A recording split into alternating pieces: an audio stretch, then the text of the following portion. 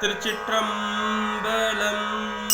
கருப்பு நல்வார் சீலை காமன் வேவ கடை கண்டானும் மறுப்பு நல்லானையின் ஈருளி போர்த்த மணாளனும் கருப்பு நல்வார் சீலை காமன் வேவ கடை கண்டானும் மறுப்பு நல் யானையின் ஈருளி போர்த்த மணாளனும் பொறுப்பன மாமணி மாடம் ஓங்கும் புகழிநகர் விருப்பி நல்லாளோடும் வீட்டிருந்த விமலனன்றே.